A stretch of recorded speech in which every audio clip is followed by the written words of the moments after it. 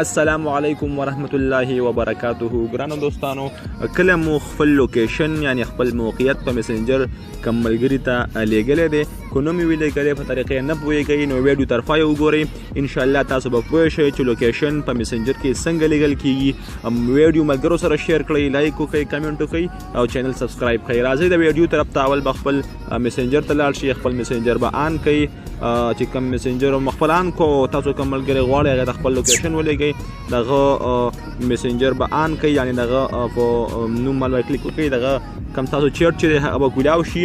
په سکرین کې په میسنجر کې د ښي چپ طرف ته لاندې دا کوم څلور ډاټ چې تاسو ته ښکاري، دا کوم ټکي چې تاسو ته ښکاري، دغه ټکي به کلیک کړئ. دلته به تاسو ته راشي چې لوکیشن باندې کلیک وکړئ.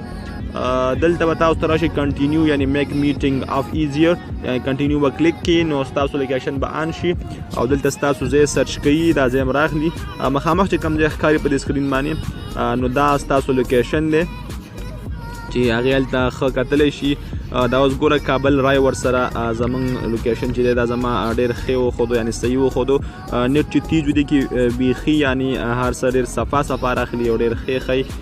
کله چې بیا غواړئ دا لوکیشن یعنی د څومره وخت لپاره ولیکئ، یعنی چې کله دومره وخت وشي نو زما ملګري نه به زما لوکیشن ورک شي، یعنی بعد د هغې نه بیا هغه ما نشي کتلی چې زه چېرته یم.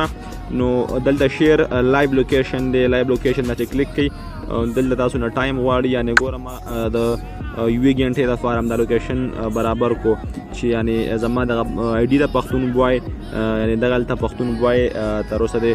او بل دا چې که دا سور دغه پرې پرېږدئ یعنی چې هغه ته پوره معلومات وشي نو دغسې همدی سور سره برابر کړم. دغسې ورسنډه کې اوس چې سټینډ پین وایي نو دا به ورکلیک شي، هغه ته به ورشي، ورسنډ به شي ورته کوم ځای کې نه دی. نو هلته چې بیا دا ستاسو ملګری دا ستاسو د اس ام اس کلیک کړي نو هغه ته پوره هم ستاسو ډیټیل راځي، یعنی چې کوم ځای کې اوسېږئ تر اوس تاسو کوم ځای کې یې نو ټول لوکیشن ستاسو هغه ته ورځي او هغه معلومات کولی شي.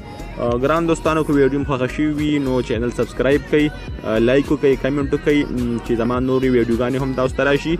تر بلې ویډیو پورې الله م سپارم.